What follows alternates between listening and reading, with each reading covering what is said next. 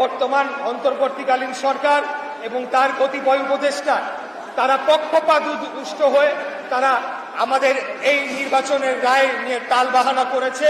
দীর্ঘদিন যাবৎ তারা আমাকে শপথ না পড়ানোর মধ্য দিয়ে বাংলাদেশের সংবিধানকে লঙ্ঘন করেছে, নির্বাচন কমিশনের ক্ষমতাকে তারা অসম্মান করেছে। এবং আপনারা দেখেছেন তারা আইনের আদালত মানে না, তারা নির্বাচন কমিশন মানে না, তারা সংবিধান মানে না। তাহলে তারা মানেটা কি? এই বাংলাদেশের মানুষ আমরা যদি আগামীকালকে থেকে তাদেরকে না মানা শুরু করি সেটার দায় দায়িত্ব কে নিবে?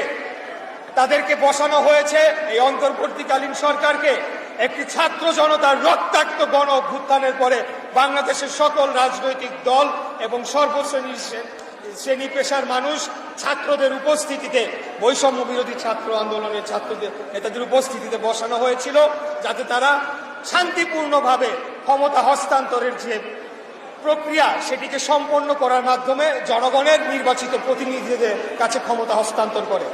কিন্তু আমরা যেটা লক্ষ্য করতে পারলাম যে একটা মেয়র, ঢাকা দক্ষিণ সিটির একজন মেয়র, একটা খুবই সামান্য পদ যদি আমরা পুরা বাংলাদেশের প্রশাসনকে এবং বাংলাদেশের স্থানীয় সরকারকে আমলে নিতে চাই, সেটিকে হস্তান্তর করতে, সেটিকে আদালতের সর্বোচ্চ রায়ের পরেও এখনো শপথ করানো নিয়ে তারা টালবাহানা করছে।